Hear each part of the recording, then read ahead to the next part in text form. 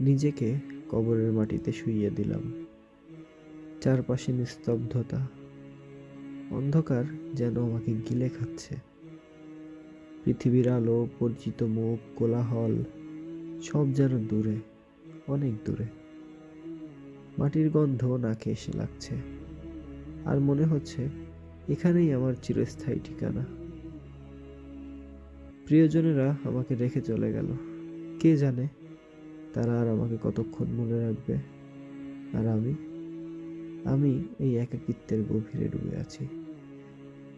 চোখ বন্ধ করেও দেখতে পাচ্ছি আমার জীবনের প্রতিটা ভুল, যেন আমার পাপগুলো আমাকে আক্রমণ করছে, আর ভালো কাজগুলো আমাকে সান্ত্বনা দেওয়ার চেষ্টা করছে।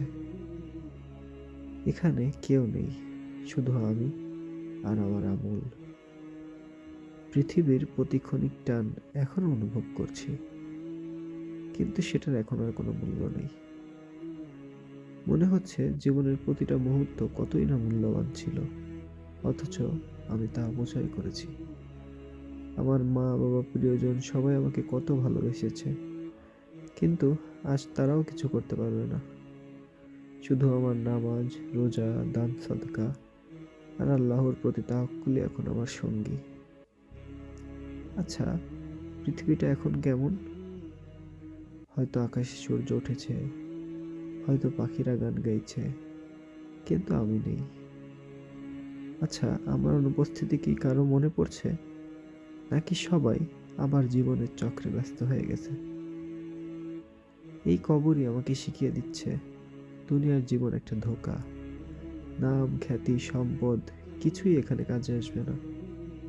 এখানে শুধু সেই কাজগুলোই কথা বলবে যা আমি আল্লাহর জন্য করেছি। আমার মন কাঁদছে। যদি আরেকবার পৃথিবীতে ফিরতে পারতাম, তবে প্রতিটি মুহূর্ত আল্লাহর পথে ব্যয় করতাম, নিজের ভুলগুলো শুধরে নিতাম। কিন্তু না, সময় শেষ।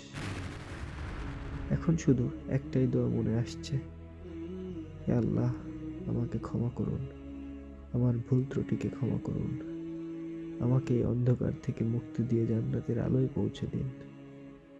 আর এই কবরের মাটি যেন আমাকে জড়িয়ে ধরে বলছে,